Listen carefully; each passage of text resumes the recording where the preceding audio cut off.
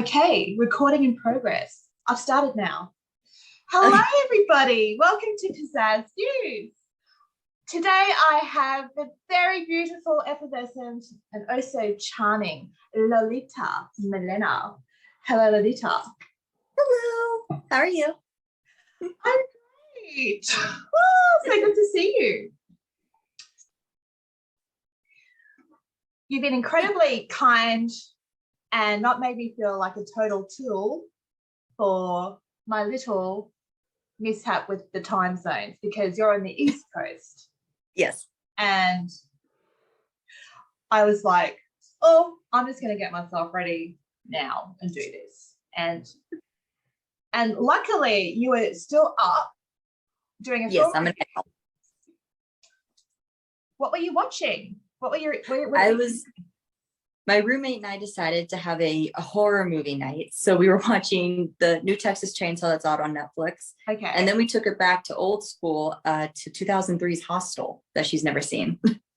Oh, Hostel, where they're traveling around Europe and they end up in the... Yeah, the Quentin Tarantino film. Oh, fuck, I love that movie. Oh, I never saw it all the way through, so I finally got to watch it all the way through tonight. Do you like it? I liked it. It's the most 2003 film I've ever seen, with like the low-rise jeans and the dialogue, and it was very much early 2000s. I haven't seen it in ages, but I do remember liking it. I like Quentin's films. Well, I learned to never stay at a hostel and to be careful where in Europe to visit. I don't stay in hostels either. I probably spend the whole evening walking out, among the crackheads and whatever. I'll spend the extra money to get a really nice hotel. Yeah, well, it's I guess the more money you have, the more nice places you can stay. But yeah, well, yeah, they were college kids. Now that I'm with you with that. Like hitchhiking and staying in hostels, they're the things I just do not do at all. I really want to thank you for joining me now. We tried to do this before, technical shenanigans, but now we got it. Now it's okay. It's okay. It's good. It's good. And I'm really buzzed to interview you and to introduce you.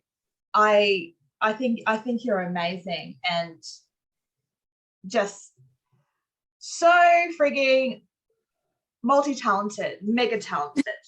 And I'm really, it's really an honor to have this interview with you. And you're my first big interview, so I'm really excited. I'm nervous, but I'm excited. Oh, I've been nervous too. Like I've I don't think I've ever been this nervous about an interview before. So, but it's like you just have an amazing ability of just putting me at ease, and usually it's the other way around. So I can't figure it out. It's because I don't do this weird time zone not getting it thing ever.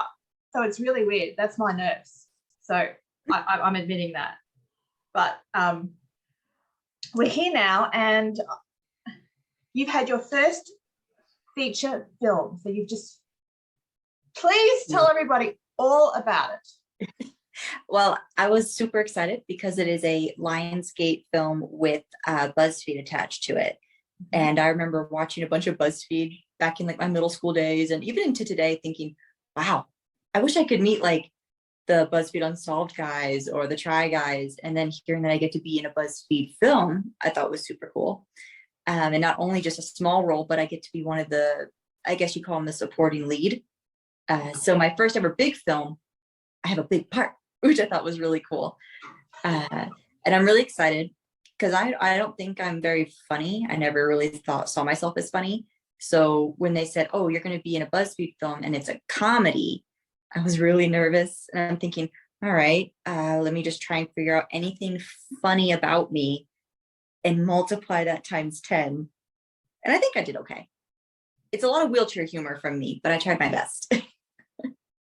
Yeah, well, that surprises me saying that, that you don't think that you're funny, because you're like many things. And I've seen your TikToks, and some of them are just so funny. And but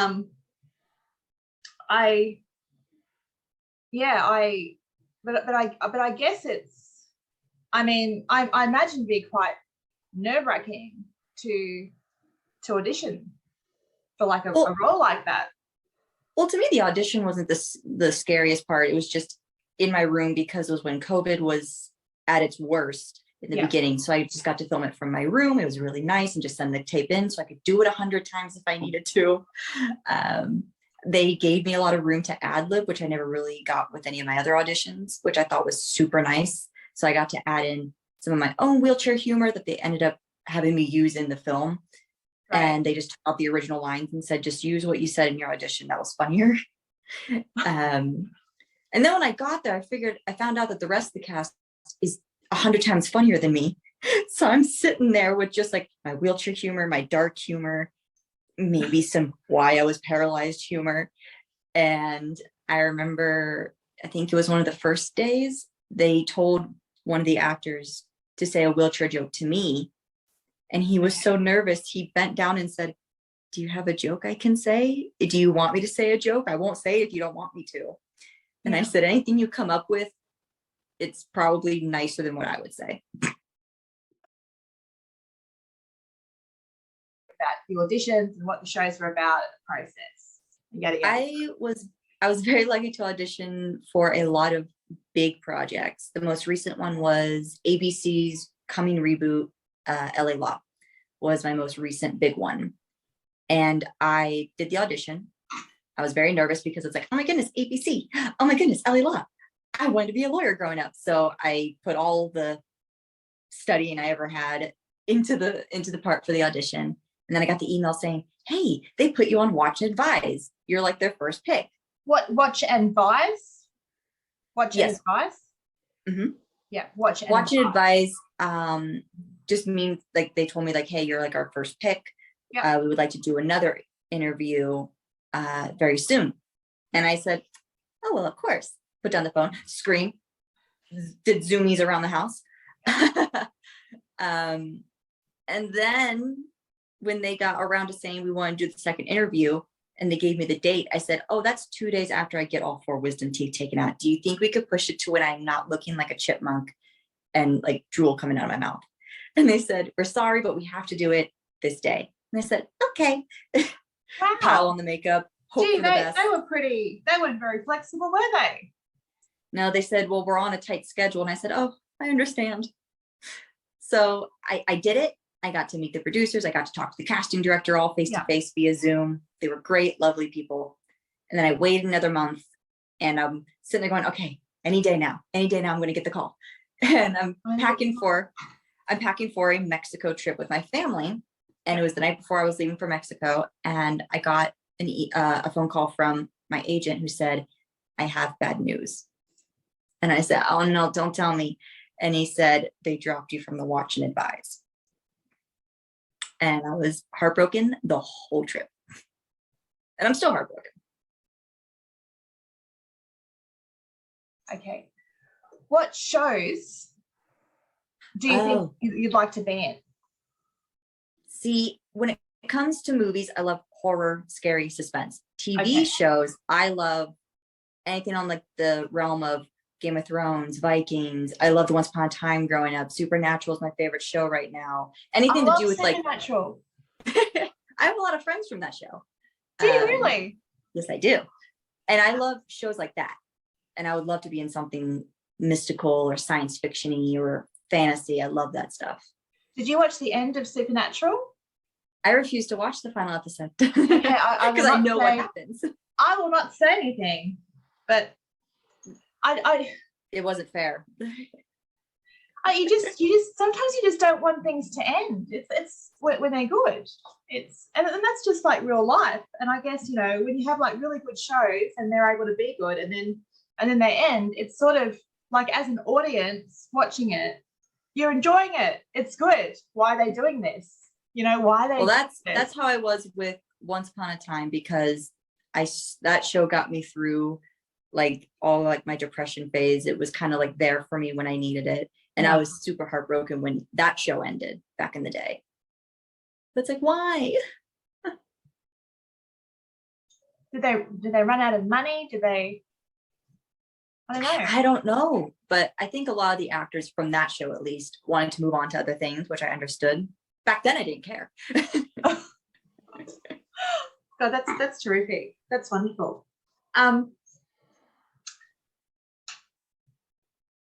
So how, like, so pretty much for your auditions now, a lot of them are done via Zoom, or Yeah. like you record them and then send them. Is that how it's done? Or I'm very fortunate that it is done that way, so I can sit there, and if I don't have the lines memorized, just keep doing it and then have 100 takes and then finally send in the one that's good. When it comes to the real life, like, how did you find working on a feature film? So Kyle Newman is the director of that film, One Up. Yes. How did you find, what was that like being on set? What would a typical day be? What would a typical day be? What it was different for me because I'm primarily used to theater. That's where I got my start. That's where I've been working. I've done about 18, 19 plays in my life, ballet for 5 years. So it was different going onto a set and realizing I don't have to have the whole thing memorized. We would just sneak our scripts under the table if we needed them. And I'm like, oh, this is lovely. That's amazing. So when you do a film, you don't have to memorize your lines, like, at least with a comedy, you don't, because they don't care if you ad lib or not as well. They're like, as long as you know the gist of how the scene's going to go and you know when to shut up and when to speak, great. Dude, how much easier is that? I know, it's like, I don't have to have the whole play memorized. This is brilliant. Wow. Is that, do you think that that's like unique to that film, or is it how it is from what you've heard, or what, you know, like, is that how being on a film would be, or just? For me, I feel like if you're not doing your takes first and say the camera's to your back, you can take that time to memorize your lines because you have to say them about 80 times while they get the shots of the other people in front of you, which is what I did my first day on the One Up set. I just had my script on my lap and would just memorize them as I read them while they were doing the hard work. That's terrific. That's what I did. And so that they don't mind having, like, I mean, there'd be like a lot of repetition and a lot of like repetition, but in a fun way, because again, it's a comedy. So I never knew what was coming out of their mouths when they came up to me. And so pretty much you wouldn't know at the time what they would decide to use, because I'm so excited to see this movie because I know all the takes and what each of us said, and I'm so excited to see which ones they pick because I have a few favorites. Oh, okay. So you still don't know what they're going to use, about what jokes that you made? I have no idea. Gee, that's really amazing. I didn't know that. I always thought that, and lines, you stick with it and just work with it. Nope. That's For really this movie, they would ad lib, and every single time, if it was like all four of us on set, on screen, getting screen time, and one of them cracked a joke, we're all standing there doing this. Because we weren't expecting that to come out of your mouth. Okay, so what were your fellow actors like? I can go down the list. Go down the list. Paris was the mom of the group, always making sure we were okay, taken care of. She was so helpful, and I see her as like one of my sisters. She was fabulous. Ruby, definitely, I see as an older mentor and sister to me. She calls me little sister now whenever we talk, and she just took me under her wing the first day I met her, and I thought that was super sweet. We bonded over her teaching me how to play pinball and talking about our childhoods. Hari was definitely the fun, wild one, always cracking humor on set, and could be very serious at times, but always made sure things got done, which I loved. DJ was the one that made us all laugh on set because their primary goal is a comedian. Very much Melissa McCarthy type of humor. Oh, that's So fantastic. we're all standing there trying not to laugh. And Maddie was just a sweetheart. Maddie was just adorable. And I love her. So, so they cast, so this is like an all-female cast, isn't it? With all female protagonists. We do have guys, obviously, in the movie, and they were all sweethearts. And it's completely opposite of their characters. Okay. And can you tell us what the plot is of this film, One Up? The plot of the film is, oh, excuse me, Paris's character. Paris's character, V, decides to quit her esports team within her college because all the guys on there are quite sexist and misogynistic. Okay. So she says, basically, the guys think that women can't be equal gamers to them. So she makes an all-women's esports team. And the college helps fund it, but they said you have to win so many games. And it's just kind of not a verse, like a battle. It's more so just see us as equal gamers. We're not better than you, but you're not better than us. You didn't have boundaries. Like, boundaries are there to protect us, and they're not bad things. Like, it's, you know, it's within reason. Like, you know, it's, what do you think? What do you think about boundaries? People seem to think that I should have boundaries when it comes to my disability, at least. And that's the one place I don't have boundaries, because I've had to tell countless doctors things. It's like, it's second hat to me. I have boundaries when it comes to love, and I'm talking about a partner type of love. When it comes to friends, I know exactly the type of people I want in my life. And I have a very small group of friends that I trust with my soul if need be. But the only boundary I have is when it comes to wanting a lifelong partner. I've discovered. Anything else, you want to ask me a question, go ahead. I will answer it if I'm in the mood. But nothing makes me uncomfortable until it comes to love and who I will let in to my heart, in the most sacred part of my heart. And that's the only place I think I now have boundaries, which I think is such, I've been told at least, an emotional maturity, that you're comfortable in your skin, but with your heart, you're the most protective of it, because it's the most valuable thing you have. That's true. And you know, and when we have intimate relationships, it's, so, you know, they're sacred relationships. It's that's where we have, you know, we choose to be vulnerable. And, you know, when you're vulnerable, you know, it's not just, it's not always just the softness that someone sees. Sometimes vulnerability may be showing them that I'm a bit of a crazy psycho bitch, actually, you know, when it comes to something like this, you know. And, you know, afterwards I'll think, oh shit, I shouldn't have been so crazy and psycho. But at the time, I think we're all a little crazy and psycho. I think it's just part of human nature. It just depends on when you discover it. You know what, Lolita? I think the best people in the world are a bit crazy and psycho. They really are. Well, the more interesting ones are, I think. You know, it's, I mean, what a way to, I guess when we're like growing up in school, we're in classrooms, we're behind a desk, we're there, we're giving attention to the teacher, which, you know, or being distracted with our friends or whatever. But we're in a controlled environment where we're being told how to be and what to do, and to stand, to sit. Now we're doing this, now we're doing that. A bit like church, you know, it's there's ritual, there's I'm a Catholic, so I was raised Southern Baptist. Yeah. And yet when we grow out of that, it's the world's a different place than school. I don't think I ever had the opportunity to grow out of it, because even though I was in school and I was in church, my imagination was running so wild that I learned how to multitask by the time I was in kindergarten, because I had a full-blown TV series going on in my head that I was creating while learning at the same time, like my math and stuff, because I have maladaptive daydreaming disorder, which basically means, as we talk right now, I have a whole storyline that's been going on for almost 2 decades now, going off in my head. That's fantastic. Is that really a disorder? Is that a disorder? Yes. Oh, is it? I didn't know. And it's a very interesting one, to where it's a coping mechanism that the brain does in results of trauma. And it helps you, you daydream every day. Yeah. That's just a fact.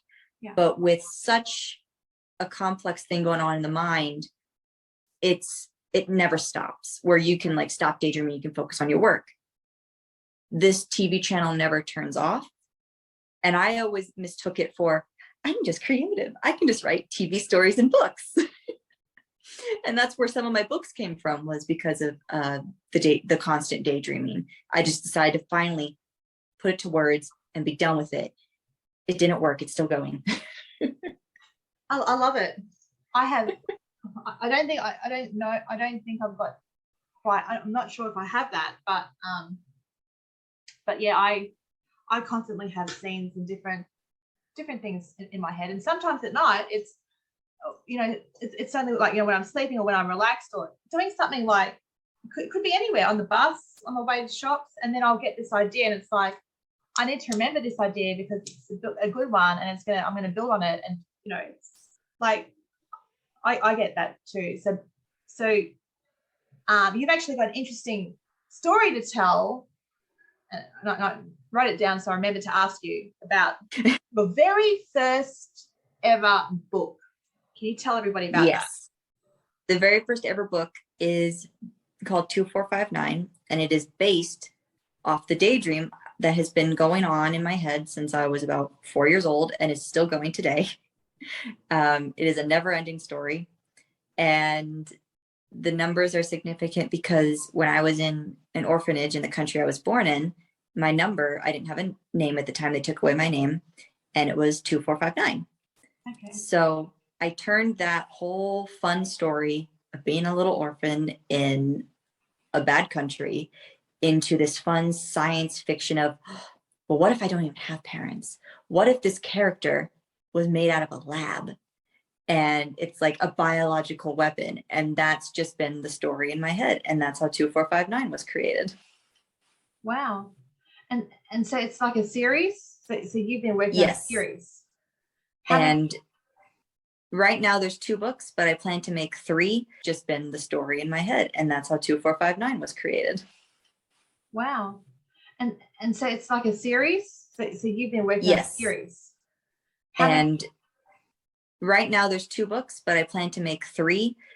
It's just, I've been so busy with other projects that the final book has just kind of been back burner. It's there. It's just taking forever, but it's my baby.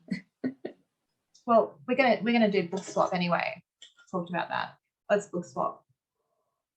I'm sorry. I said we should book swap. I feel like we should book swap, but it's not like that. It's the computer. I couldn't scream that loud to get to you because you're in another country. Yeah. Look, that sounds really interesting. I'll read it. My book's a bit different. It's, well, would you call it a nonfiction though? Yours? Mine is fiction. Yeah. Definitely. But it has true events sprinkled throughout the book. Okay. Yeah, so it's that happened. It's a fiction with elements of not true stories. It's like a reimagined sort of, and fictitious. It's a very fun science fiction-y twist on a life that was going on in my head while real life was taking place. I like that.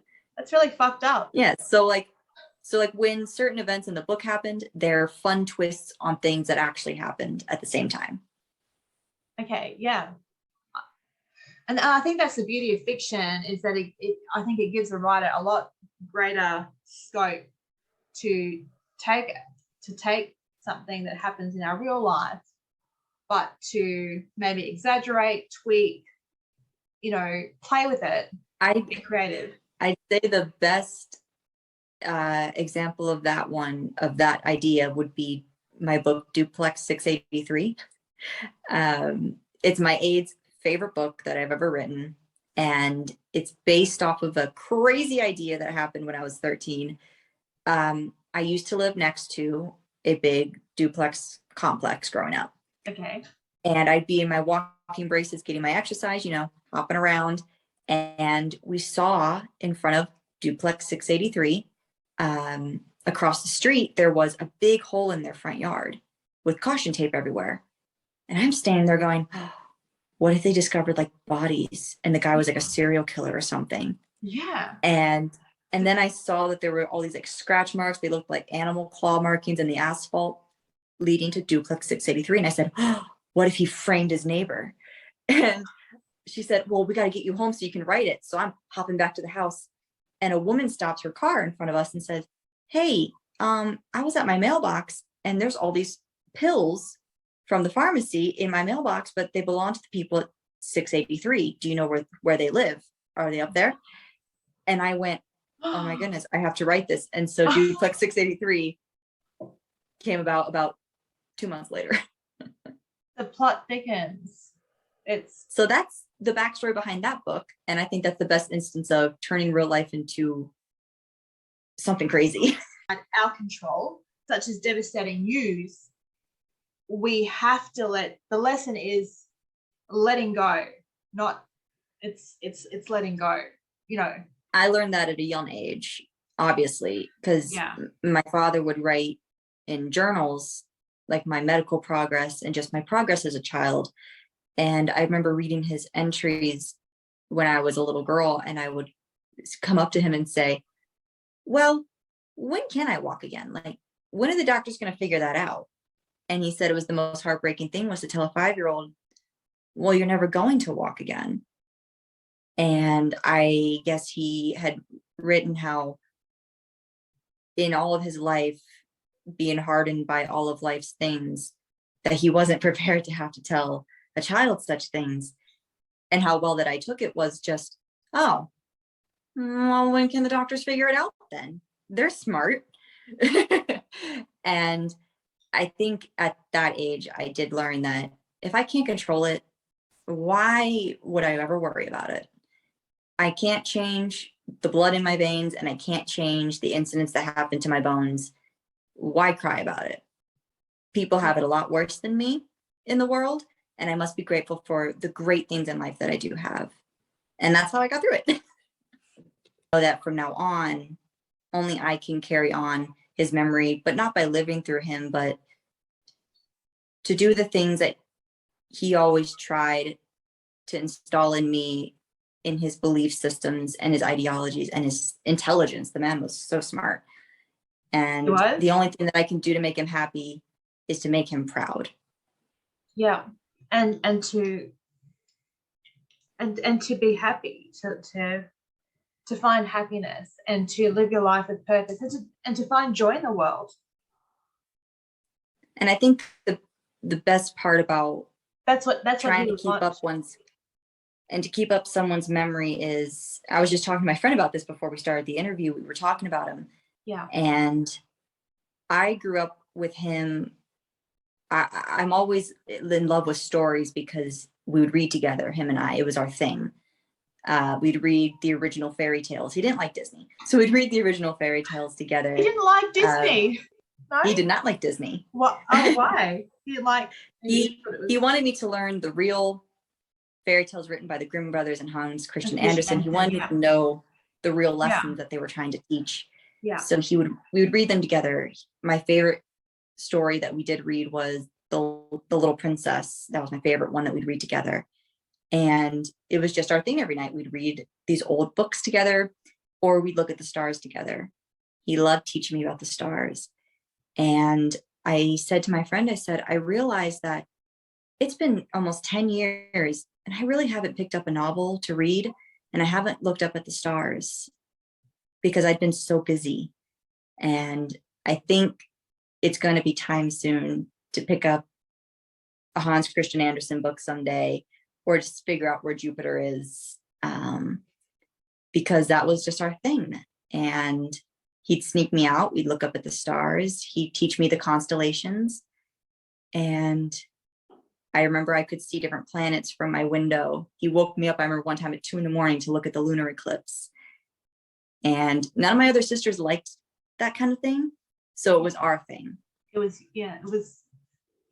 personal to you and him. And he taught me how to work a film camera when I was a kid, because he was our videographer for home videos. Okay. And I remember him saying, you have to learn how to work this thing. It was one of those old film reel cameras, not knowing that cameras were going to evolve, so that I could do it. Yeah. And now I film the home videos at events, and I film the get-togethers, I film the vacations.